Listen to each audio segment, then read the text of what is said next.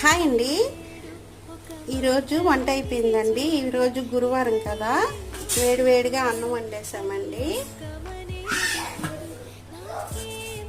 చింతకూర పప్పు అండి.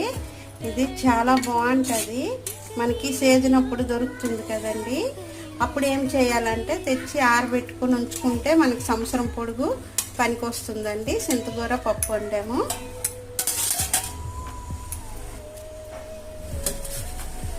మువ్వంకాయ అండి. మువ్వంకాయ చాలా బాగుంటుంది పప్పుతోని. ఇక మువ్వంకాయ, దొండకాయ ఫ్రై అండి. చూడండి దొండకాయ. తర్వాత అప్పడాలు, పెరుగు మిరపకాయలండి. ఆఖరికి పెరిగండి. ఇంతేనండి.